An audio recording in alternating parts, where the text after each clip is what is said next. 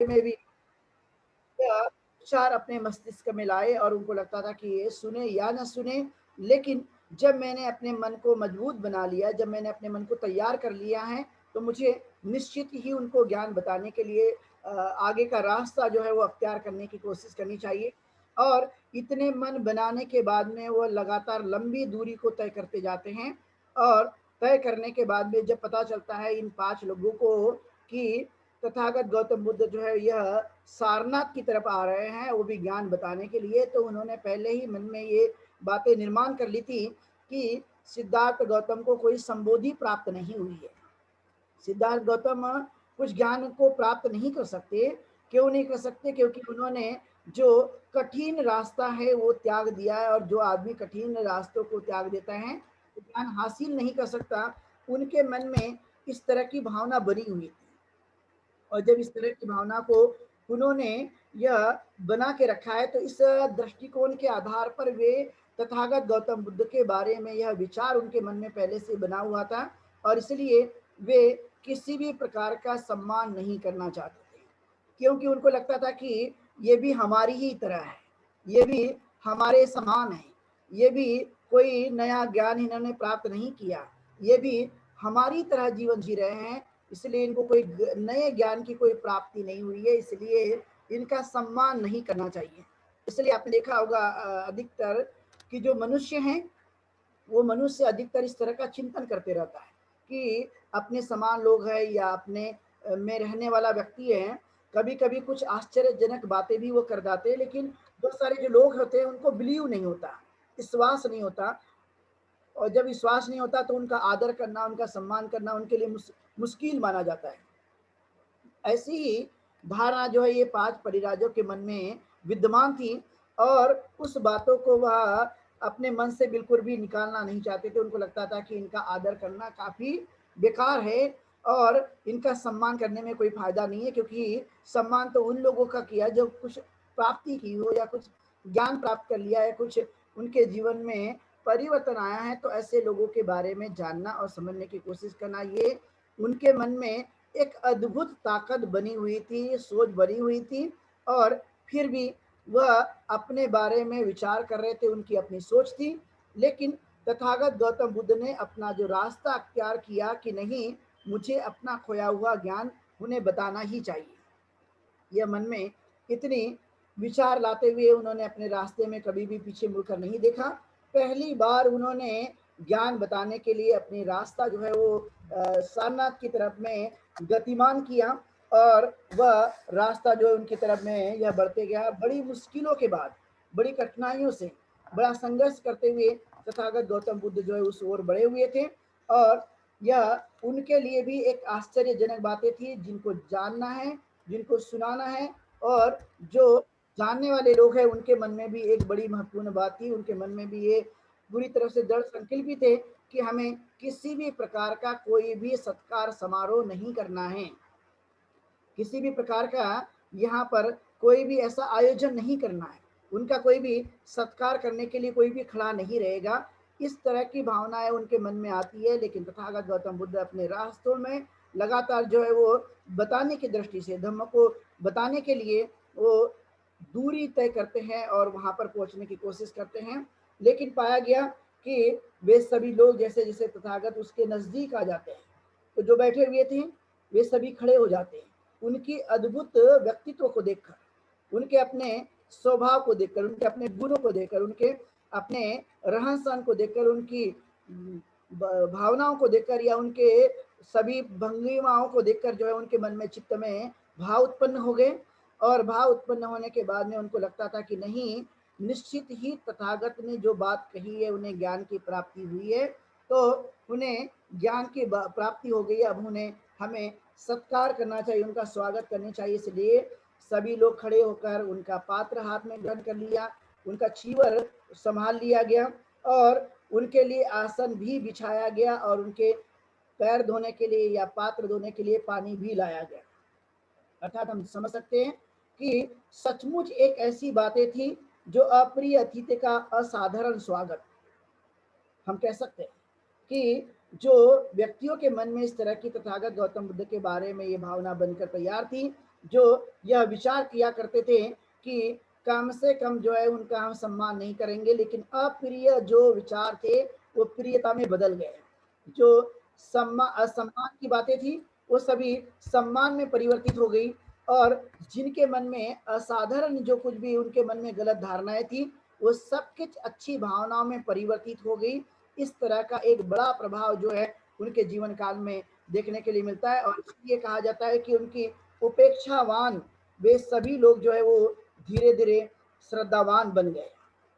जिनके मन में ये विचार था, जिनके मन में भावनाएं बनी हुई थी, उनकी सभी भावनाएं परिवर्तित हो गई, और परिवर्तित होकर उन्होंने यही मन में ठान लिया कि नहीं, तथागत गौतम बुद्ध अब ये बुद्ध हुए हैं, और ये हमें जान लेना चाहिए कि इनके प्रति श्रद्धा रखना, इनका स्वागत करना हमारा परम कर्तव्य है। और इसलिए 5 लोगों ने जो पहली बार जो मन बना दिया था उनका अपमान करने का, अप्रिय भावना उनके मन में प्रकट हुई थी, लेकिन वे सभी भावनाएं प्रियता में परिवर्तित हो गई।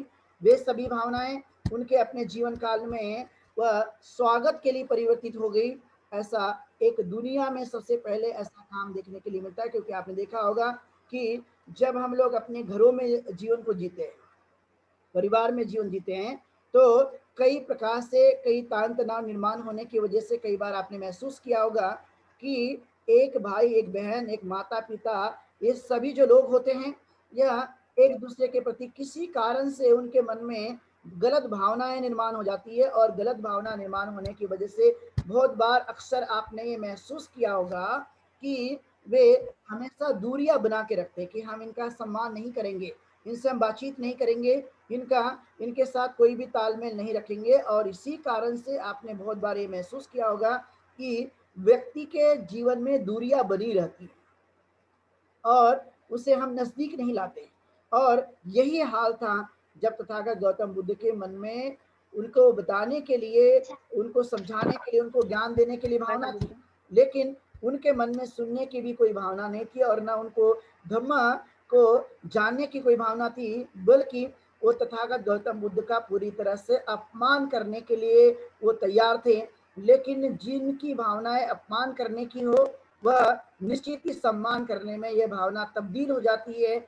ऐसा दुनिया में पहली बार इस तरह का व्यवहार जो है वो देखने के लिए मिला कि लोगों ने पहले जो कुछ भी मन बनाया है उस मन को यह श्रद्धा में परिवर्तित होते हुए देखने के लिए मिला। इसलिए पहली बार तथागत गौतम बुद्ध ने ये प्रयास किया कि मैंने जो खोजा हुआ ज्ञान है मुझे उन्हें बताने की कोशिश करनी चाहिए, क्योंकि यह किसी न किसी व्यक्ति के काम आ जाए, किसी न किसी व्यक्ति के दुखों को नष्ट करने का काम आ जाए, किसी न किसी व्यक्ति के जीवन में सुख की प्राप्ति हो जाए। इसलिए मुझे ये बताना अनिवार्य है, और मैं अपने तक ही इस धर्म को या इस भावनाओं को मैं बनाकर रखना नहीं चाहता, अपितु मैं सभी के लिए ये शिक्षा के द्वार खोलने की पूरी तरह से मैं कोशिश करता हूँ।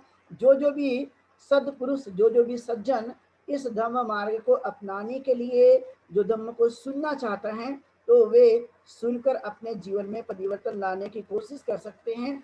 इस तरह का एक बड़ा प्रयोग जो है वो तथागत गौतम बुद्ध ने सबसे पहले सारनाथ में किया, और इसलिए जानते हैं कि सारनाथ में यह धम्म का जो चक्र है वो पहली बार गतिमान किया गया, यानी अपने द्वारा जो अनुभव है, अपने द्वारा खोजा गया ज्ञान है, उसका प्रस्तुतिकरण सबसे पहले तथागत गौतम ने 5 परिराजक को करने की कोशिश की। और उस दिन, जिस दिन उन्होंने ये 5 लोगों को ये धम्म बताया, उसे ही हम धम्म चक्र प्रवर्तन दिवस के रूप में हम जानते हैं, समझते हैं। और यह जो जो बुद्ध होते हैं वही अपना ज्ञान को प्रस्तुत करते हैं, बाकी लोग तो ज्यादातर अनुयायी होते हैं या ज्यादातर उनके दिशा पर या उनके मार्गदर्शन पर चलने की कोशिश करते हैं। लेकिन तथागत ऐसे व्यक्ति हुए जिन्होंने अपना अनुभव या अपने द्वारा साक्षात जो है वो अपने ज्ञान को उन्होंने प्राप्त करने की कोशिश की, और इसलिए उनके द्वारा जो ज्ञान बताया गया, इसलिए उस ज्ञान को ही हम धम्म चक्र प्रवर्तन के रूप में जानते, क्योंकि उन्होंने पहली बार जो है 5 लोगों को सारनाथ में बताया, इसलिए इसे धम्म चक्र प्रवर्तन के रूप में हम लोग जानते, जो कि बहुत ही महत्वपूर्ण है।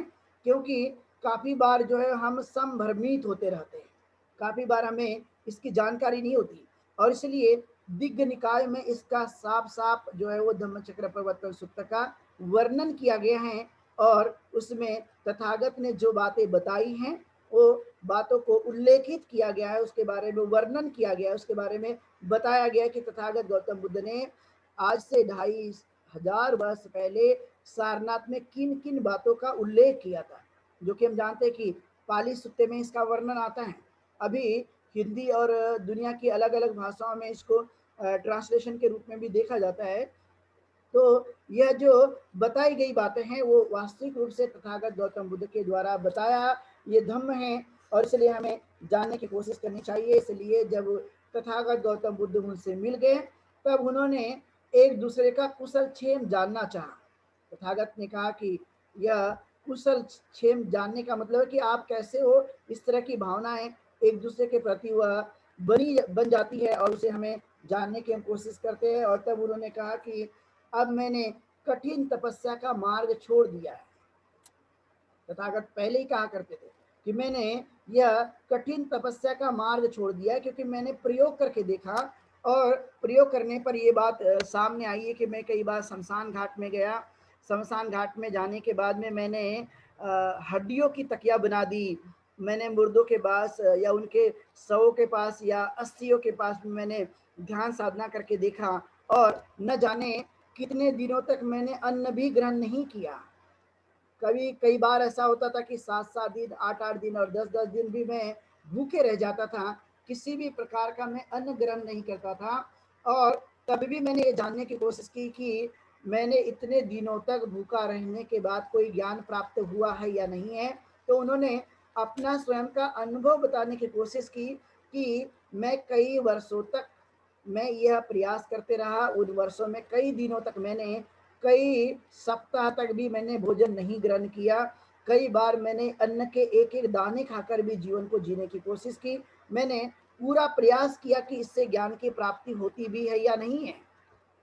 तो तथागत ने स्वयं इस बातों को कहने की कोशिश की कि इससे मुझे कोई भी ज्ञान की प्राप्ति नहीं हुई और जब मुझे ज्ञान की प्राप्ति नहीं हुई है तो मैं कैसे फिर इसको मान सकता हूँ कि शरीर को कष्ट देने से या शरीर को पीड़ा देने से या काया को क्लेश पहुंचाने से कोई ज्ञान की प्राप्ति संभव हो सकती है। उन्होंने अपने आप से ही इस सवाल को पूछने की कोशिश की और जानने की कोशिश की। तो उन्होंने कहा कि शरीर को कष्ट पहुंचा करके किसी भी प्रकार की ज्ञान की जो असीम सीमा है उसको प्राप्त नहीं किया जा सकता। शरीर की हानि के अलावा इससे कहीं कुछ भी प्राप्ति होना संभव नहीं है। और इसलिए उन्होंने कहा कि मैं इतना जर्जर हो गया था कि मेरा शरीर जो है वो पूरी तरह से पतला हो चुका था और इतना जर्जर हो गया था कि मैं शरीर का सिर्फ शरीर में हड्डी के साँचे की या ढाँचे के अलावा और कुछ नहीं था। इतना मेरा शरीर बन चुका था और मेरे शरीर में किसी भी प्रकार का ऐसा कोई जो न खाने की वजह से ये सब कुछ होने लगा था। लेकिन मुझे ये सब प्रयास करने के बाद भी किसी भी प्रकार की मुझे ज्ञान की कोई भी स्रोत या ज्ञान की कोई ऐसी चिंगारी या ज्ञान का ऐसा कोई दीपक जो है वो जलते हुए मुझे नहीं प्रतीत हुआ। और मैं यह तलाश लगातार कर रहा था कि कम से कम जो है मुझे यह ज्ञान का प्रकाश मिल जाए। और इसलिए मैं ये सभी प्रयोग करके देख रहा था और प्रयोग करने के बाद में मैंने पाया कि बिल्कुल भी मुझे ये सब शरीर को कष्ट पहुंचाने के बाद में इतने वर्षों तक भूखा रहने के बाद भी किसी भी प्रकार की कोई ज्ञान की प्राप्ति हुई नहीं। और इसलिए मुझे लगता है कि यह रास्ता जो है वो उचित नहीं है। यह रास्ता मनुष्य के लिए कल्याणकारी नहीं है। शरीर को कष्ट पहुंचाकर, शरीर को इतना ज़्यादा क्लेश पहुंचाकर किसी भी प्रकार की मनुष्य के जीवन में किसी भी प्रकार की उपलब्धि की संभावना तलाशना, यह मुझे लगता है कि अपने समय को बर्बाद करने के समान है। अपने ऊर्जा को यह गलत दिशा में ले जाने के समान है। और इसलिए हमें इस तरह के व्यवहार से बचे रहने पर जोर देने पर हमें लगातार कोशिश करते रहना चाहिए। और इसलिए उन्होंने कहा कि मैंने 2 तरह के रास्तों का त्याग करने के लिए कहा है। मैं इतना जान चुका हूँ कि ये 2 तरह के रास्ते जो कि मनुष्य के जीवन के लिए दुखदाई हो सकते हैं और हम दुख को अपने जीवन काल में ला सकते हैं। और इसलिए लगता है कि हमें दो तरह के रास्तों का परित्याग कर देना चाहिए। और वह दो सिरे की बातें तथागत गौतम बुद्ध ने कही कि ऐसे दो सिरों की बातों को हमें त्यागना चाहिए। अर्थात दो दो किनारों की वह एक एक ऐसा किनारा, ये एक ऐसी बातें जो काम भोग का जीवन। उन्होंने कहा कि काम भोग के जीवन से व्यक्ति को जितना हो सके दूर रहने के लिए प्रयास करते रहना चाहिए, उसका अभ्यास करने पर जोर देना चाहिए। और इसी के साथ साथ दूसरा है काया क्लेश का जीवन, काम भोग का जीवन और काया क्लेश का जीवन जो है, यह दोनों ही मार्ग अपने लिए दुखदायी हो सकते हैं। इसलिए मैंने अपने धम्म में इस दो तरह के रास्तों का परित्याग कर दिया है, इसका बिल्कुल भी सेवन न करने की बातें कही है। मैं समझता हूँ कि ऐसे जीवन को हमें त्यागते रहना चाहिए, ऐसे जीवन को हमें परित्याग करते रहना चाहिए जिससे हम सुखद अनुभूति प्राप्त कर सकते हैं। और इसलिए इन बातों को जानते हुए तथागत गौतम बुद्ध ने यह काया क्लेश का, शरीर को कष्ट देने का काम जो है पूरी तरह से बंद करने की कोशिश की। आपने देखा होगा कि यह तथागत गौतम बुद्ध ने हजारों साल पहले बात कही है। आज भी भारत के अंदर में बहुत सारे ऐसे लोग हैं जो 9 दिन तक, 10 दिन तक बिना खाना खाए, बिना, कई लोग तो ऐसे तो बिना पानी पिए भी वह अपने शरीर को कष्ट देने की कोशिश करते हैं। इसके पीछे भावना क्या होती है? उन्हें लगता है कोई ज्ञान मिल जाए, उन्हें लगता है कोई चमत्कार हमारे जीवन में आ जाए, उन्हें लगता है कोई हमारे घर में धन संपत्ति आ जाए, उन्हें लगता है कि हमारा जीवन कहीं बदल जाए।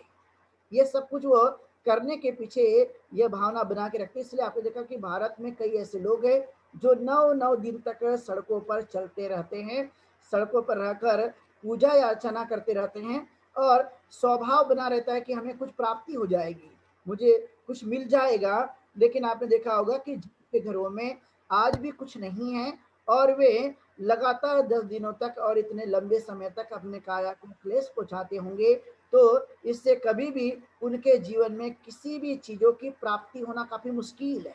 इसको इसको सफलता नहीं मिल सकती जब तक व्यक्ति अपने जीवन काल में सही रास्तों का अनुकरण कर नहीं लेता, तब तक उसके जीवन में परिवर्तन की कोई गुंजाइश नहीं है।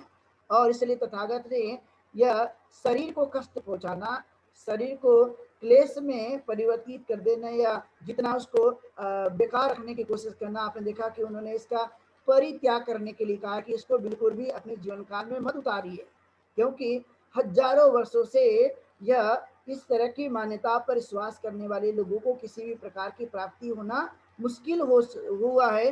और जब मैंने मध्यम मार्ग का किनारा या मध्यम मार्ग को मैंने अपना लिया, तो इसे मानने के बाद में कहीं ना कहीं हमें इस चीजों की प्राप्ति होना संभव हुआ है। इसलिए यह एक महत्वपूर्ण बात है जो हमें अपने जीवन काल में जानना और समझने पर जोर देना चाहिए, क्योंकि दुनिया में कई तरह की मान्यताएं थी, आज भी हैं। कई लोग ये मानते हैं कि खाओ पियो और मजा करो जितना हम कर सकते हैं, क्योंकि कल तो मरना ही है। अब जब ये भावना उनके मन में उत्पन्न हो जाती है कि कल मरना ही है, इसलिए आज खाओ पियो और मजा करो, तो यह तमाम प्रकार की जो वासनाएं होती हैं, वह वासनाओं को अपने जीवन काल में उत्तेजित करने का काम करती है। जब हमने अपने जीवन काल में इस बातों को समझ लिया कि आज निकल हम मरने वाले, इसलिए खाओ पियो और मजा करो, तो इससे वासनाएं बढ़ती है, इससे तृष्णाएं बढ़ती हैं, और तृष्णाएं दुख का मूल कारण है और कोई कारण नहीं है। इसलिए तथागत गौतम बुद्ध ने वासनाओं को दूर करने के लिए, तृष्णाओं को दूर करने के लिए और इसकी जगह संयम बरतने के लिए उन्होंने ज्यादातर हमें प्रेरणा देने की कोशिश की है कि हम अपने जीवन काल में संयमित होकर अपने जीवन को जीने के लिए तत्पर रहेंगे और अपने जीवन को जीते रहेंगे। ये खास बातें उन्होंने बताने पर जोर दिया है और कहा कि हम इसका अनुकरण करना, इसको जानना और समझने की कोशिश करना, और जो आदमी इसको जान सकता है वह अपने योग्यता को बढ़ा सकता है। जो व्यक्ति इन चीजों को जान नहीं सकेगा, अपने जीवन काल में कभी भी अपनी योग्यता को नहीं बढ़ा सकता। और इसलिए आपने देखा होगा कि व्यक्ति ही है जो दुख का स्रोत है, व्यक्ति ही है जो सुख का स्रोत है, क्योंकि यही हमारे जीवन काल में आने की संभावना देखी जाती है। और इसको हमें ध्यान में रखने के लिए हमें जाना चाहिए। और इसलिए तथागत ने कहा कि मैंने सब कुछ दोनों तरह के मार्ग का त्याग कर दिया है। और मैंने दोनों तरह का मार्ग का त्याग इसलिए कर दिया है क्योंकि मैं जान चुका हूं कि ये दोनों तरह का मार्ग व्यक्ति के जीवन में हानि के सिवाय और कुछ भी प्राप्ति की संभावना नहीं लाकर दे सकता। और इसलिए उन्होंने कहा कि मैंने मध्यम मार्ग का अनुसरण कर लिया है। मैं मध्यम मार्ग को ही अपना सही मार्ग मानता हूँ। मध्यम मार्ग ही है जो हमारे जीवन को अच्छा बना सकता है। मध्यम मार्ग ही है जो हमारे जीवन को उच्च श्रेष्ठ अवस्था तक पहुंचाने की कोशिश कर सकता है। और इसलिए इस मार्ग को मैं जान गया हूँ और इस मार्ग के अनुसार ही मैं जीवन को जीने के लिए प्रेरित करता हूँ। और मैं ही नहीं तो मेरे संपर्क में आने वाले लोग जो जानना चाहते हैं, जो समझना चाहते हैं, जो उच्च किस्म का जीवन बनाना चाहते हैं, उन सब लोगों के लिए यही महत्वपूर्ण बातें हैं। और इसलिए हमें इस मार्ग का अनुसरण करना, इस मार्ग को जीना जो बहुत ही जरूरी है। क्योंकि काया क्लेश जो है वह मरे हुए शरीर के समान ही है। व्यक्ति जब जीता है तो आपने देखा हो कि जो मरा हुआ व्यक्ति है, जो किसी भी प्रकार की हलचल नहीं करता, उसी तरह से अपने शरीर को दंड देना, अपने शरीर को कष्ट पहुंचाना, यह व्यक्ति जो है एक प्रकार का मरे हुए व्यक्ति के समान ही है, जिससे किसी भी प्रकार की जो आशा की किरण उससे नहीं निकली जा सकती, या कुछ बातें उससे प्रकट होने की कोई संभावना नहीं है। क्योंकि ऐसी चीजें कभी भी व्यक्ति को कुछ अच्छा प्रदान नहीं कर सकती। और इसलिए तथागत ने कहा कि मैंने इन सब रास्तों को छोड़ने के लिए इसलिए कहा कि मध्य मार्ग ही एक ऐसा मार्ग होगा जो आपका अपना कल्याण करने पर जोर देते हुए वह आपको सुख की प्राप्ति की ओर ले जाने की संभावना हो सकती है। और इसलिए मैं जानता हूँ कि यही मार्ग एक प्रकार का जो है अच्छा होगा। और जब हम लोग अपने जीवन में काया क्लेश देना बंद कर देते, जब हम जीवन में वासनाओं से दूर होते रहते, तो हमारी तृष्णाएं शांत हो जाती है। और जब तृष्णाएं शांत हो जाती हैं तो किसी भी प्रकार की ऐसी दुख वाली चीजें प्रकट होना काफी मुश्किल है, क्योंकि हमने पहले ही उसे शांत कर दिया। इसलिए तथागत ने इस बातों पर जोर देने की कोशिश की। और इसलिए मैं ये नहीं कहता कि गरीब आदमी इसलिए उन्हें खाना नहीं चाहिए, या कोई आदमी ऐसा ज्ञान की प्राप्ति के लिए अपने शरीर को कष्ट पहुंचाते रहे। मैं इस मार्ग की कभी भी प्रशंसा नहीं करता, बल्कि मैं लोगों को अच्छे तरह से जीवन यापन करने की प्रेरणा देता हूँ, अच्छी तरह से जीवन को आगे बढ़ाने की मैं प्रेरणा देता हूँ। लेकिन मैंने इसके लिए एक ही शर्त रखी है, और वो शर्त है संयम का व्यवहार करना, और कोई नहीं है।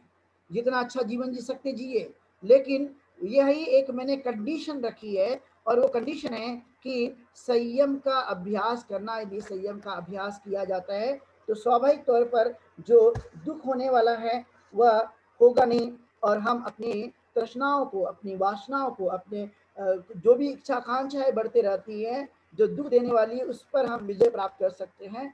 और इसलिए मैंने मध्य मार्ग का चयन करने के लिए लोगों से कहा है कि हमें इसका ही अनुसरण करना चाहिए।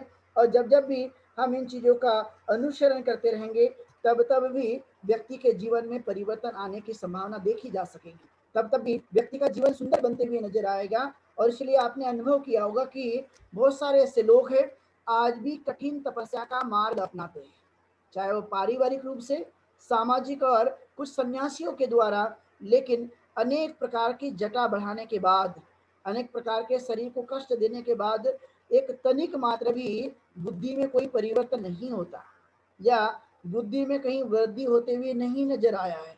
और इसलिए तथागत ने कहा कि यह मार्ग उत्तम नहीं हो सकता, क्योंकि आपने कष्ट तो पहुंचा दिया, लेकिन कष्ट पहुंचाकर प्राप्ति होने की संभावना नहीं है। जब तक व्यक्ति के अंदर में ऊर्जा नहीं होगी, जब तक मनुष्य के शरीर में ताकत नहीं होगी, तब जब तक मनुष्य को बल नहीं मिलेगा, तो मनुष्य के मन को भी विकास करने के लिए आगे कैसे बढ़ाया जा सकता है। क्योंकि मनुष्य का शरीर और मन कोई अलग नहीं है। जहाँ शरीर होगा वहाँ मन होगा, जहाँ मन होगा वहाँ शरीर होगा, इसलिए कोई अलग बातें नहीं है, यह एक दूसरे से संबंधित हैं। और जब यही बातें एक दूसरे से संबंधित हैं, और इसलिए उन्होंने कहा कि शरीर को कष्ट पहुंचाकर बहुत दिनों तक भूखा रहकर भी आपको कोई ज्ञान की प्राप्ति संभव नहीं हो सकती। गरीब आदमी तो बहुत दिन भूखे ही रहते हैं, तो क्या जब वो भूखे रहते उन्हें कोई ज्ञान की प्राप्ति हो जाती है?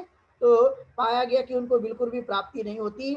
ऐसे भी बहुत सारे लोग हैं जो झुग्गी झोपड़ियों में रहते हैं। ऐसे भी बहुत सारे जो लोग हैं जो सड़कों के किनारे अपना जीवन व्यतीत कर देते हैं। ऐसे भी जो लोग हैं फुटपाथ पर सो जाते बिना भोजन किए। तो क्या ये शरीर को कष्ट पहुंचाने के बाद में इनको किसी प्रकार की ज्ञान की प्राप्ति संभव हुई है? तो पाया गया कि ऐसे लोगों को किसी भी प्रकार की ज्ञान की प्राप्ति नहीं हुई है। इसलिए तथागत ने कहा कि मध्यम मार्ग ही है जो हमें उत्कृष्ट जीवन को ले जाने के लिए या आगे बढ़ाने के लिए कहीं ना कहीं हमारे लिए मददगार साबित हो सकता है, और इसलिए हमें इसकी राह को ही अपनाने पर जोर देना चाहिए। जब जब भी हम इस मध्यम मार्ग की शिक्षा को अपना लेते हैं, तब तब भी अपनी एक आशा की किरण, ज्ञान की किरण, या हमारा अपना खुद का मन जो है वह वृद्धि करने के लिए आगे बढ़ सकता है। इस तरह की बातों पर विशेष तौर पर जोर देते हुए, बल देते हुए ये बातों को समझाने की कोशिश की। और इसलिए उन्होंने कहा कि पंचवज्ञियों, मैं आप लोगों को मध्यम मार्ग की देशना दूंगा, यही मैं दे सकता हूँ।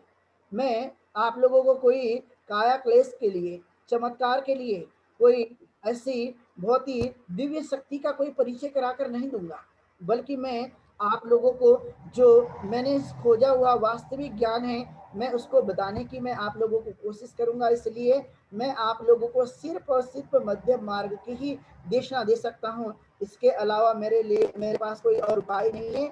यदि आप जानना चाहते हो, यदि आप समझना चाहते हो, तो जरूर जो है इसका अनुकरण कर सकते हैं और आप इसको सुन सकते हैं, जान सकते हैं। और इसलिए क्योंकि मैंने लगातार जो है वो 4 सप्ताह तक ध्यान लगाकर मैंने इसे जानने की कोशिश की है। और जब मैंने 4 सप्ताह तक इसे ध्यान लगाकर बहुत ही सूक्ष्मता से और बहुत ही गहनता से इसको मैंने जानने की और समझने की जब कोशिश की, तो मैंने पाया कि यही एक मध्यम मार्ग, उत्तम मार्ग हो सकता है अपने जीवन को बदलने के लिए, अपने जीवन में परिवर्तन लाने के लिए। और इसलिए मैंने नए मार्ग का आविष्कार किया जो अभी तक किसी ने नहीं जाना था, अभी तक किसी ने नहीं समझा था, जो मैंने पहली बार इस बारे में जानने की कोशिश की, समझने की कोशिश की है। और इसलिए मैं नए मार्ग को आप लोगों को बताना चाहता हूँ, समझाना चाहता हूँ। और यदि आप इस नए मार्ग को जान सकेंगे या इसे अपने जीवन काल में उतार सकेंगे, तो आप भी मेरी तरह बन सकते हो, मेरे समान बन सकते हो। मेरे समान बनने का मतलब है कि यदि मैं अरहत बना हूँ, यदि मैं सम्यक संबुद्ध बना हूँ, या मैं सबका शास्ता बना हूँ, या मेरा चित्त करुणामयी बना हुआ है, या मैं सबके साथ मैत्रीपूर्ण व्यवहार रखता हूँ, या मैं लोगों पर करुणा भी रखता हूँ, तो आप भी मेरी ही तरह बन पाएंगे। और बनने के बाद में जैसा मैं अपना व्यवहार बनाता हूँ, जैसा मैं आचरण करता हूँ, आप भी वैसा ही आचरण करने पर जोर देंगे। इससे कोई अलग बातें होगी नहीं। अर्थात आप भी मेरे समान सम्यक संबुद्ध हो सकते हो। इस पर उन्होंने विशेष तौर पर उनको बताने की कोशिश की। और इसलिए मैं अपने धम्म में किसी भी प्रकार का आत्मा के बारे में, किसी भी प्रकार के परमात्मा के बारे में और किसी भी दिव्य शक्तियों के बारे में कोई उल्लेख नहीं करता, या ऐसी कोई भी बातें मैं आपको अपने जीवन पर्यंत नहीं बताऊंगा, क्योंकि उससे व्यक्ति के जीवन में कोई लाभ होने की संभावना नहीं है। क्योंकि यह तो वही बातें हैं जिसने कभी जाना नहीं, और किसी ने कभी खोजा नहीं, और किसी ने कभी देखा नहीं, लेकिन उसका वर्णन किया जाता है। इसलिए मैं उन्हीं बातों को बताऊंगा जिनको मैंने जाना है, जिनको मैंने समझा है, और वही बातें मैं आप लोगों के सामने प्रस्तुत करने की कोशिश करूंगा। इसके अलावा मेरे धम्म में, मेरे मध्य मार्ग में किसी और चीजों का कोई खास उल्लेख मैं नहीं कर पाऊंगा। और इसलिए आपको यदि जानना है, समझना है, मैंने तो अपना मन बना लिया है कि मैं आप लोगों को जरूर बताऊंगा। अभी आपकी कोशिश होगी कि आप इसे कितना जान सकते, कितना समझ सकते और अपने जीवन काल में उतार भी सकते हैं।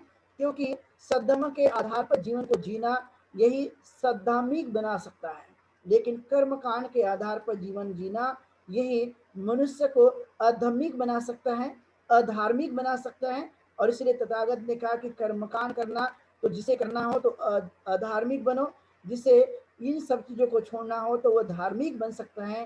धार्मिक बनने का मतलब है कुशल व्यवहार करने वाला व्यक्ति,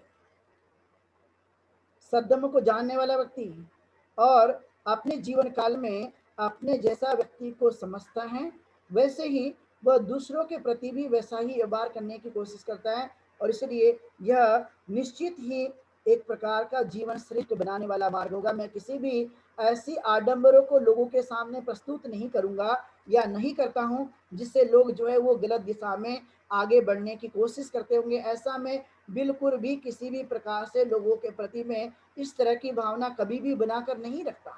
और इसलिए मैं अपने समान ही लोगों को मानता हूँ। चाहे मेरा शरीर और मन अलग हो सकता है, लेकिन मेरे मन में सभी लोगों के प्रति एक समान भावना बनी हुई है।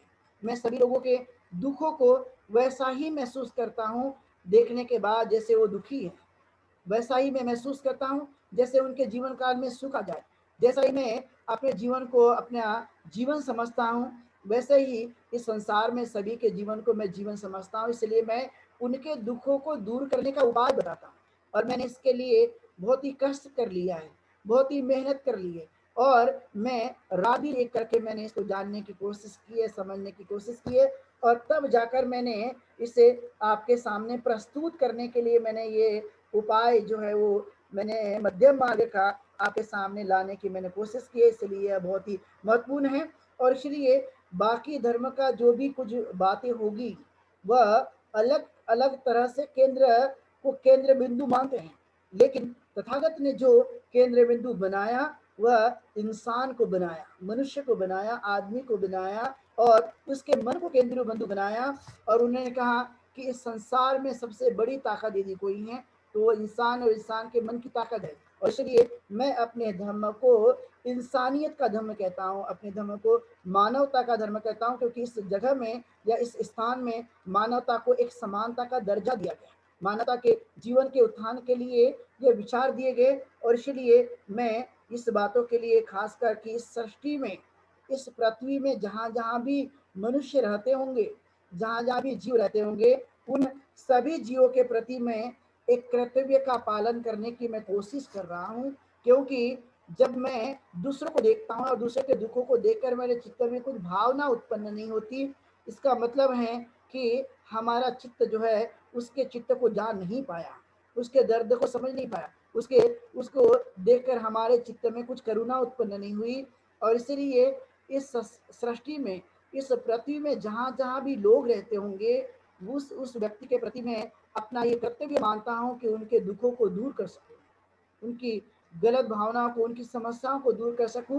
और इसलिए मेरा यह धर्म निश्चित ही कल्याणकारी है और इस पर मैंने जोर देते हुए समझाने की कोशिश की है। और इसलिए मैंने आदमी को दुखी होने के लिए नहीं, बल्कि दुखों से मुक्त करने का मैंने उपाय ढूंढ निकाला है।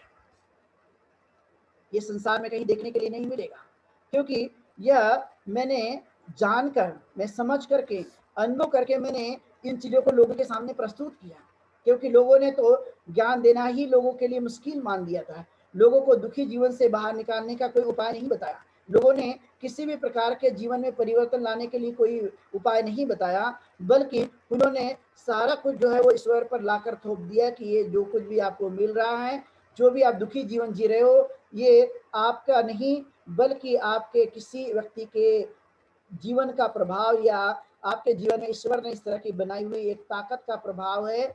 लेकिन तथागत ने कहा नहीं, जो दुखी है वो सुखी हो सकता है, जो विलाप कर रहे हैं वो अच्छा बन सकता है, जो अप्रिय है वो प्रिय बन सकता है, और जो व्यक्ति ने जाना नहीं है वो जान सकता है, जो अज्ञानी है वो ज्ञानवान बन सकता है, क्योंकि उसके लिए यह संभावना अभी ही है।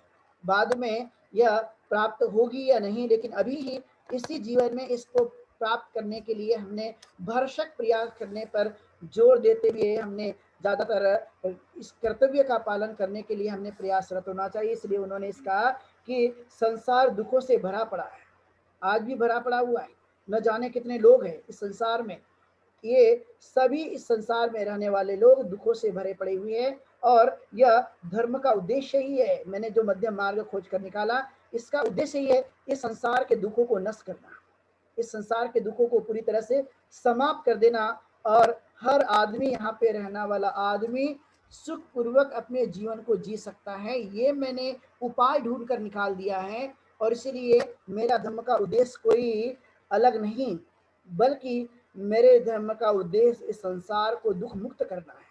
इस संसार के लोगों के जीवन से दुखों को समाप्त करना है, और वह अलग अलग कारणों से दुखी जो भी होगा उसको समाप्त करने की मैं कोशिश करूंगा। तो उन्होंने कुछ दुखों के मूलभूत कारणों को बताने की कोशिश की, जो उन्होंने धम्म चक्र प्रवर्तन के दिन में यह बात कही थी, जाति भी दुखा, जरा भी दुखा, व्याधि भी दुखा, मरणम भी दुखांग, आपे ही संपयोगो दुखो पिए ही विपयोगो दुखो, ईक्षिण लपति तमपि दुखम। अर्थात उन्होंने कहा कि जन्म ही दुख का कारण है। यदि मनुष्य बीमार हो जाए वो भी दुख का कारण है। यदि व्यक्ति बूढ़ा हो जाता है वो भी दुख का कारण है। मृत्यु मनुष्य की हो जाती है वो भी दुख का कारण है। अप्रिय लोग जो है वो संपर्क में आ जाते हैं वो भी दुख का कारण है। और प्रिय लोग जब हमसे दूर चले जाते हैं वो भी दुख का कारण है। और जो इच्छा आकांक्षाएं रखते हैं और जो इच्छा आकांक्षा रखने के बाद में वह पूरी नहीं होती, तब भी व्यक्ति जो है वो दुखी होते रहता है। इसलिए ये मूलभूत जो कारण बताए तथागत गौतम बुद्ध ने, और कहा कि जो नाम रूप से बना हुआ शरीर है जिसे हम पंच स्कंद कहते हैं, शरीर और मन, ये पंच स्कंद से बना हुआ हमारा जो शरीर है यह दुख के दुख इसमें समाहित है। लेकिन हम इसको सत्य जान करके इसे हम आभास करा करके इस चीजों को भी हम दूर करने की कोशिश करते हैं, क्योंकि यह अज्ञान के कारण ही हम लोग जो है वो दुखी होते रहते हैं। अज्ञानी है जो हमें इस शोक में हमेशा डुबाते रहता है। अज्ञानी है जो व्यक्ति को उससे निकालता नहीं है। लेकिन जैसे ही ज्ञान की रोशनी जीवन में आ जाए, ज्ञान का प्रकाश जीवन में पड़ने लगे, या जीवन को यह ज्ञान के रूप में समझना शुरू हो जाए, तो यह ऑटोमेटिकली दूर होने की संभावना हो सकती है। इस पर विशेष तौर पर उन्होंने जोर देने की कोशिश की, और इसलिए मैं दुखों को दूर करने का उपाय बताता हूँ। इस संसार में रहने वाले तमाम लोग जो इसको दूर करना चाहते हैं तो उसके लिए मेरे पास उपाय है। लेकिन जो यदि दूर करना नहीं चाहते तो उसके लिए मेरे पास कोई उपाय नहीं है। मैं सिर्फ बताने की कोशिश करता हूँ। जानना, समझना और अनुकरण करना, जीवन में उतारना हमारा अपना ही कार्य होगा, मेरे अलावा किसी का कार्य नहीं होगा। और इसलिए उन्होंने इस बातों पर विशेष जोर देते हुए समझाने की कोशिश की, और 5 परिराजकों ने इस बातों को बड़ी गहनता से जाना, समझा, सुना, और सुनते सुनते उन्होंने जान लिया कि तथागत ने जो जो भी बातें बताई हैं, जो अभी तक हमने नहीं समझा था। हम तो कठिन तपस्या के मार्ग को ही सब कुछ समझते थे, सब कुछ जानते थे, और उस पर ही हमारा विश्वास था कि यही सब कुछ है। और लेकिन अब हम जान गए हैं कि वो सब कुछ नहीं है, बल्कि मध्यम मार्ग का रास्ता जो दुखों को मुक्त करने का जो उपाय बताता है वही हमारे लिए श्रेष्ठ धर्म है, और वही हमारे लिए अच्छा है। और इसलिए इस बातों के लिए मैं कि दुखों का विनाश करने के लिए, दुखों को पूरी तरह से समाप्त करने के लिए मैंने इन बातों को जानने की कोशिश की है। और धर्म ही इसकी आधारशिला होगी। धम्म ही है जो आपको इस चीजों से बाहर निकाल सकता है, और कोई संसार में कोई चीजें नहीं है। धम्म यह विचार है, और यह विचार ही है जो हमारे चीजों को दुखी जीवन को हमें वह सुख में तब्दील कर सकता है। विचार ही है जो हम विचार करते, सोचते हैं, जानते हैं, सुनते हैं, इसका ही हमारी चेतना पे प्रभाव होते रहता है। और जैसे जैसे दुखी चेतना का प्रभाव होता है, यानी दुख के विचारों का प्रभाव होता है, तो चित्त दुखी बन जाता है। और जब हम अपने विचारों को जब सुख के आधार पर जानने की, समझने की कोशिश करते हैं, तो चेतना भी वह सुख का अनुभव करने पर कोशिश करती रहती है, जानते रहती है, समझते रहती है। और इसलिए पवित्रता के आधार पर अपने जीवन को जीना, मैं इस बातों पर जोर देते रहता हूँ कि इस संसार के जो तमाम लोग हैं, इस संसार में रहने वाले जो लोग हैं, उन्हें अपने जीवन काल में पवित्रता को बनाए रखने पर जोर देते रहना चाहिए। अपने आचरण को परिशुद्ध बनाए रखने पर जोर देते रहना चाहिए जितना वह जोर दे सकते हैं। और धम्म का अंगीकरण या धम्म का अनुसरण वह हमेशा करते ही रहना चाहिए। इस पथ पर हमेशा चलते ही रहना चाहिए। जीवन में सुख और दुख ऐसी घड़ियां तो आती रहती हैं, हमारे अपने व्यवहारिक कारणों से, हमारे अपने आचरणों से, प्राकृतिक कुछ कारणों से जीवन में सब कुछ तो आते ही रहते हैं। लेकिन फिर भी धर्म ही है जो हमें अपने पद पर जो हमेशा लगातार जो है वो चलाने की कोशिश करते रहता है, और इसे हमें चलाए रखने पर जोर देना चाहिए। तीसरी महत्वपूर्ण बात ये कही गई कि सील का अनुकरण करना, सील का अभ्यास करना, और सील का ही मार्ग है जो हमारे अपने दुखों को दूर करने के लिए कहीं ना कहीं या उपाय के रूप में हम इसको ले सकते हैं, और इसे हमें लेना ही चाहिए, क्योंकि निरोध तभी होगा जब हम अच्छी चीज़ों का अंगीकार करना शुरू कर देते हैं। और यदि हमने अच्छी चीज़ों का अंगीकार करना शुरू नहीं किया तो निरोध होने की संभावना देखी नहीं जा सकेगी, और इसलिए हमें यह जानना और समझने की कोशिश करना। इसलिए मैंने यह धम्म का आविष्कार कर दिया है, मैंने धम्म को खोज निकाला है, क्योंकि यह बहुत जरूरी था। क्योंकि उस समय में कोई भी सज्जन, कोई भी आदमी इन सब चीज़ों को जानता नहीं था। कोई पूजा करने में, कोई अर्चना करने में, कोई किसी को खुश करने में, किसी की भक्ति करने में ही उनको लगता था कि यही हमारे दुखों का जो है वो हरण कर सकता है। आज भी आपने देखा होगा, न जाने कितने सारे लोग अभी भी इस बातों पर विश्वास करते रहते हैं, इसको वह जीवन में उतारते रहते हैं कि हमारे जीवन में जो दुख आया है उसको दूर कर दिया जाए।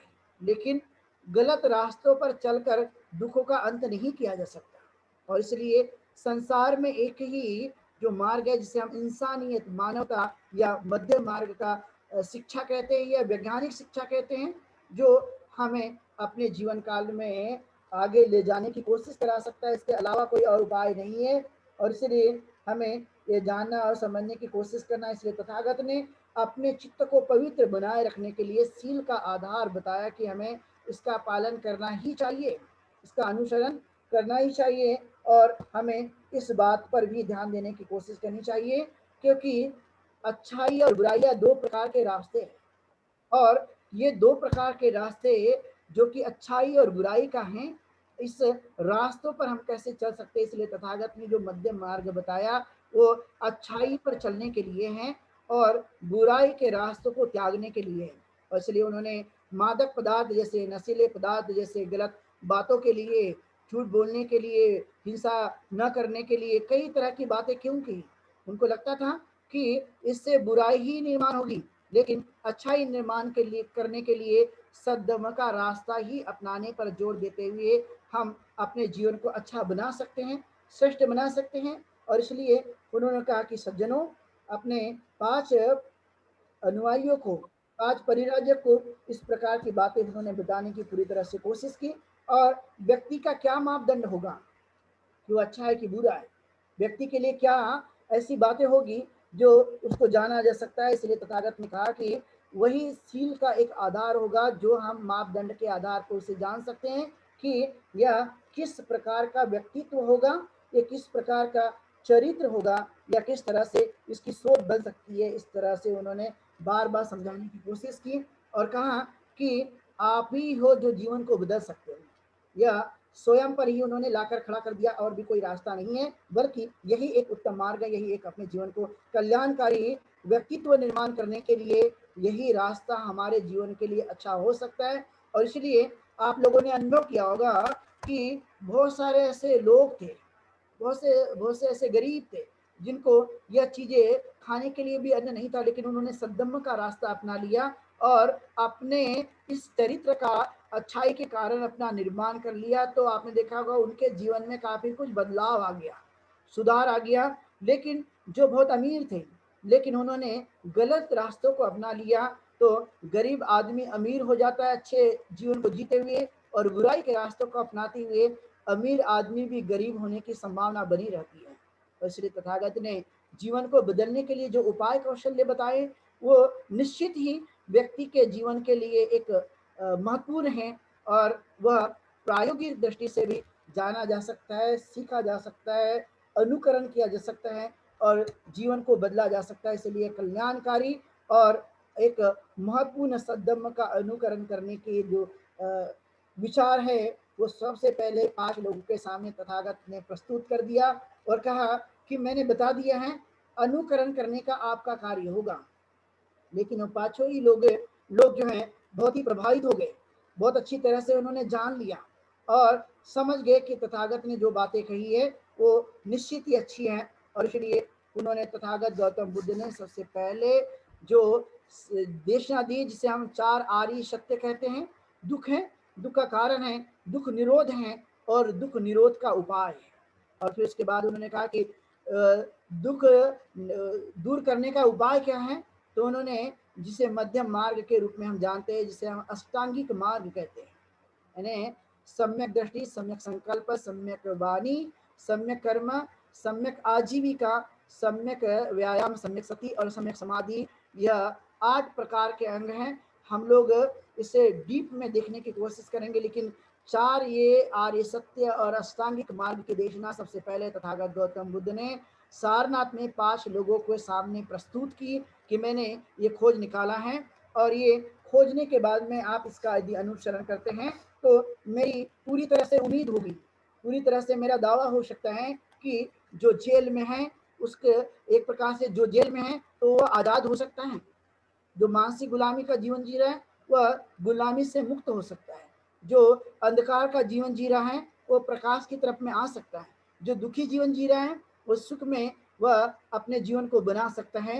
यह मेरा सद्धम्म का मार्ग है, यह उत्तम मार्ग है, इसलिए मैंने आप लोगों के सामने ये बताने की कोशिश की है। और जो व्यक्ति इसका अनुसरण करेगा, जो व्यक्ति इनको अपने जीवन काल में उतारने की कोशिश करेगा, उसके जीवन में कहीं ना कहीं यह परिवर्तन की संभावना देखी जा सकेगी। इसलिए मैंने यह महत्वपूर्ण मध्यम मार्ग की शिक्षा आप लोगों के सामने प्रस्तुत की है, और यह धम्म बुद्धिमान बनने के लिए, सोचने के लिए, जानने के लिए है, किसी मस्तिष्क पे ताला लगाने के लिए नहीं है, बल्कि ताले को खोलने के लिए मैंने चाबी आप लोगों के सामने दे दी है। और यह मध्य मार्ग की शिक्षा एक प्रकार के दिमाग को ओपन करने की एक सबसे महत्वपूर्ण चाबी है। यदि आप इसका इस्तेमाल करते हैं तो स्वाभाविक तौर पे इंसानियत का जीवन जीने के लिए यह एक महत्वपूर्ण एक की तरह काम करेगा, एक प्रमुख चाबी की तरह काम करेगा, और दुखों का अंत करने के लिए एक महत्वपूर्ण यह उपाय काम कर सकता है। और इसलिए मैं इस बातों को जानने की और समझने की कोशिश करने के बाद मैं आप लोगों के सामने प्रस्तुत करता हूं, और इसलिए उन्होंने इसका अंगीकार कर दिया, जिसमें से 5 परिराजकों ने बड़ी अच्छी शांतता के साथ, बड़ी गंभीरता के साथ में तथागत गौतम बुद्ध की देशना सुनी, और सुनने के बाद में उन्होंने कहा कि यही उत्तम मार्ग है, यही श्रेष्ठ मार्ग है, और यही जीवन को अच्छा बनाने के लिए यह उपाय है। इसलिए उनको तथागत गौतम बुद्ध ने जो देशना दी, उस देशना को धम्म चक्र प्रवर्तन के रूप में जाना जाता है, कि तथागत गौतम बुद्ध के द्वारा जो खोजा हुआ ज्ञान है वो सबसे पहले 5 लोगों को बताया गया, इसलिए पहली बार बताया गया, इसलिए इसे धम्म चक्र प्रवर्तन के रूप में हम जानते हैं। और जिस दिन यह देशना दी गई उस दिन को हम धम्म चक्र प्रवर्तन दिवस के रूप में जानते हैं, और इसके निर्माता, इसके जनक तथागत गौतम बुद्ध हुए। उन्होंने ही यह लोगों के सामने बताने की कोशिश की, इसलिए एकमेव धम्म चक्र प्रवर्तन दिवस है।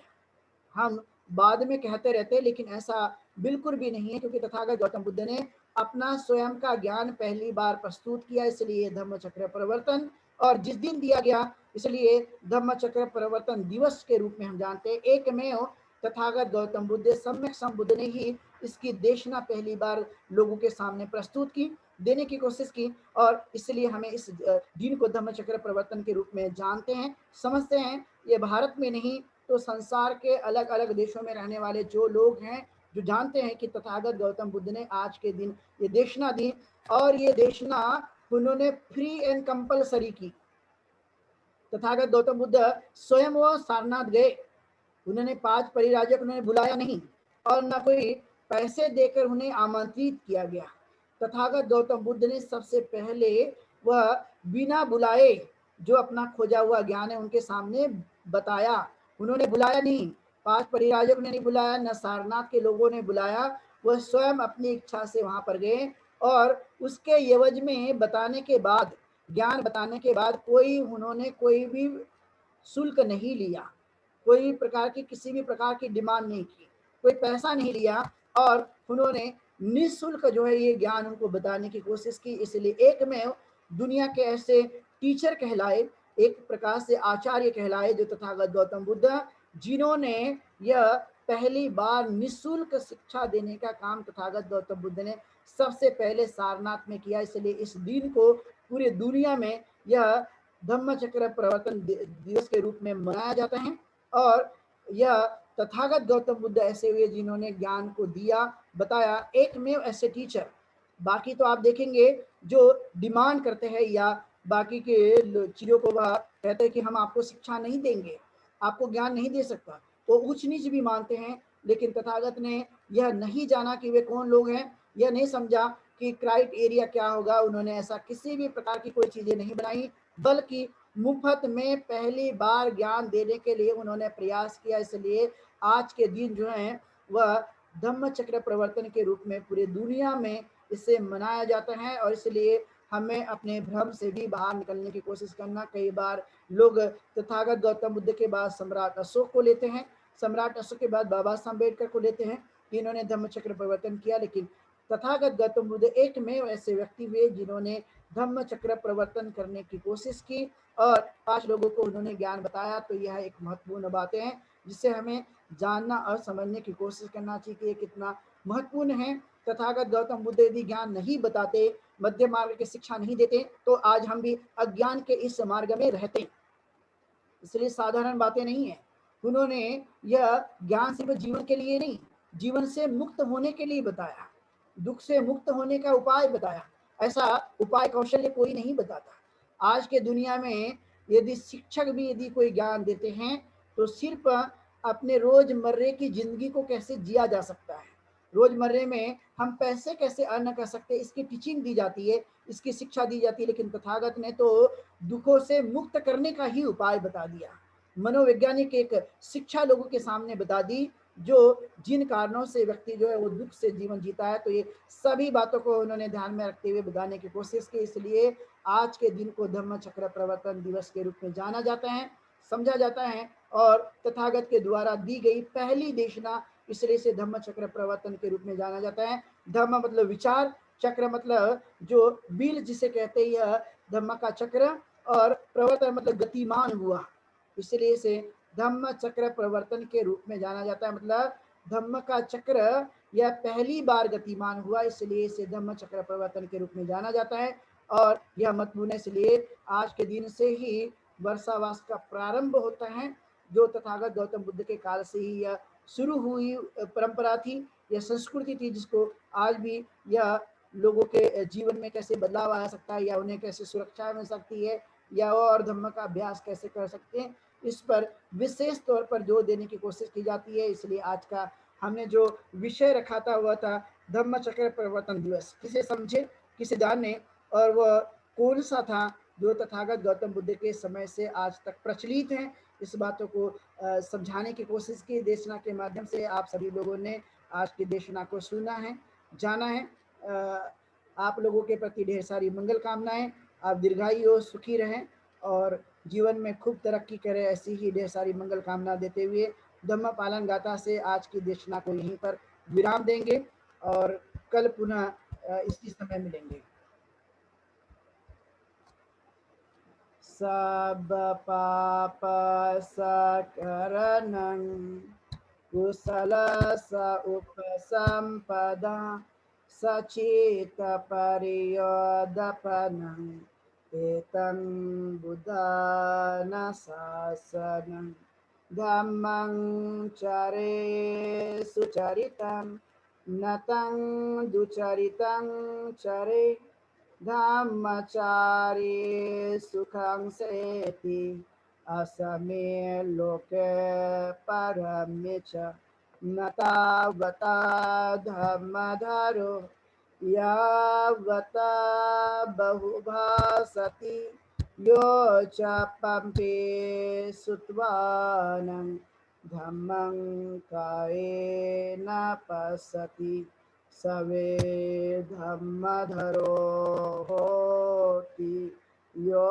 धम्मं न पमज्जति नति मे शरणं गह्यं बुद्धो मे शरणं वरम् एतेन सच्चवचेन होतु ते जयमङ्गलम् नति में शरणं गह्यं धम्मो में शरणं वरं एतेन सच वचेन होतु ते जय मंगलम् नति में शरणं गह्यं संघो में शरणं वरम् एतेन सच वचेन होतु ते जय मंगलम् नमो बुद्धाय नमो धम्माय नमो संघाय साधु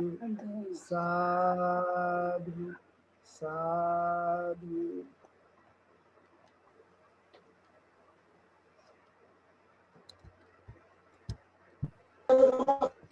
जय भीम नमो बुद्धाय भंते जी।